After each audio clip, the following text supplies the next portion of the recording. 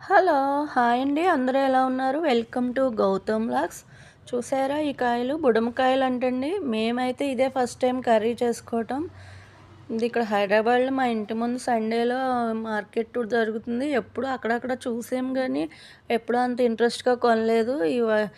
మొన్న సండే అయితే మా కోడలు ఇవి ఆకాకరకాయలు అనుకుని తీసుకొచ్చిందంట. తీసుకొచ్చి ఆకాకరకాయలు అంటుంది. కాదమ్మా ఇవి ఆకాకరకాయలు కాదు అంటే, అప్పుడు నెట్‌లో సెర్చ్ చేస్తే బుడమకాయలు అని వచ్చింది. యూట్యూబ్‌లో చూస్తే వంటలు చాలానే వండారు. సరే ట్రై చేద్దామని వండాము. దీని బెనిఫిట్స్ అయితే ఎక్కువగానే ఉన్నాయి. కాయలనైతే ముందుగా ఇలా పీల్ చేసి ఇలాగ పులుసు వండుదామని ఇలా గుత్తి వంకాయల్లాగా కోసుకున్నాము. ఇంకా మసాలాకైతే ఉల్లిపాయ, అల్లం, వెల్లుల్లి, ధనియా, ఇంకా కొంచెం జీలకర్ర, టమోటా ఒకటి వేసాను. ఈ గరం మసాలా వేయలేదు. నార్మల్ పులుసులాగా మిక్సీ పెట్టుకున్నాను. దాన్ని ఈ కాయల లోపల పెట్టాను. గుత్తి వంకాయలో పెట్టుకున్నట్టుగా పెట్టాను. ఇంకా కర్రీ అయితే చేద్దాము.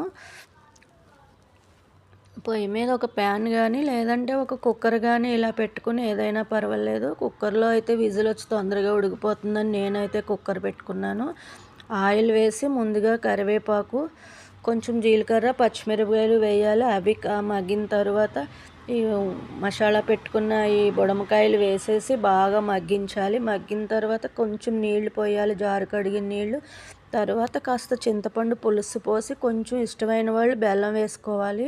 ఇష్టం లేకపోతే అలా వేసుకోవచ్చు. మాకు బెల్లం అయితే అలవాటు.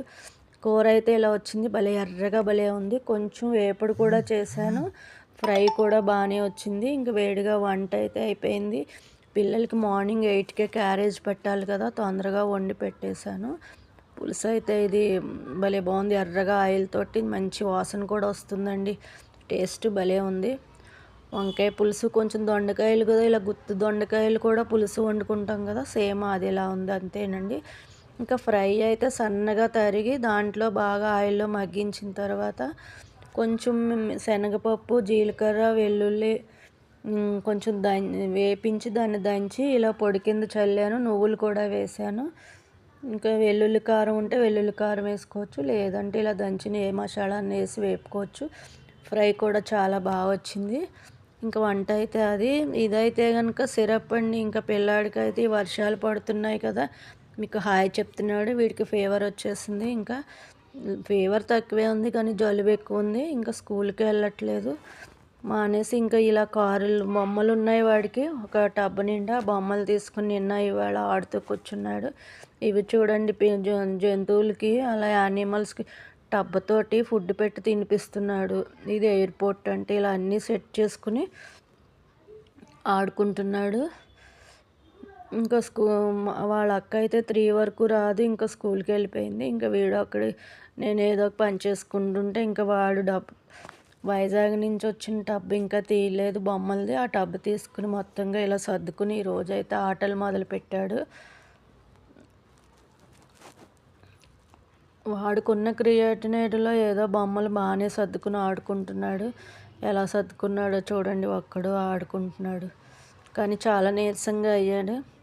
ఇది జూ పార్క్ అంట. పిల్లలు యానిమల్స్కి టబ్లో ఫుడ్ పెట్టి తినిపిస్తున్నాడు. ట్రక్ పార్కింగ్ అని అవి ఒక మూల పెట్టాడు. ఇది ఎయిర్పోర్ట్ అని ఎయిర్పోర్ట్ కింద సర్దుకున్నాడు.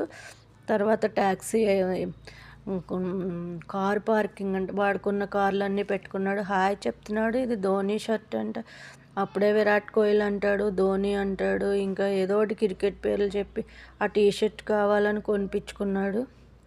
బాగున్నాడు కదా టీషర్ట్లో. ఇంక ఇదేనండి. లైక్ చేయండి, కామెంట్ చేయండి. Thank you, bye.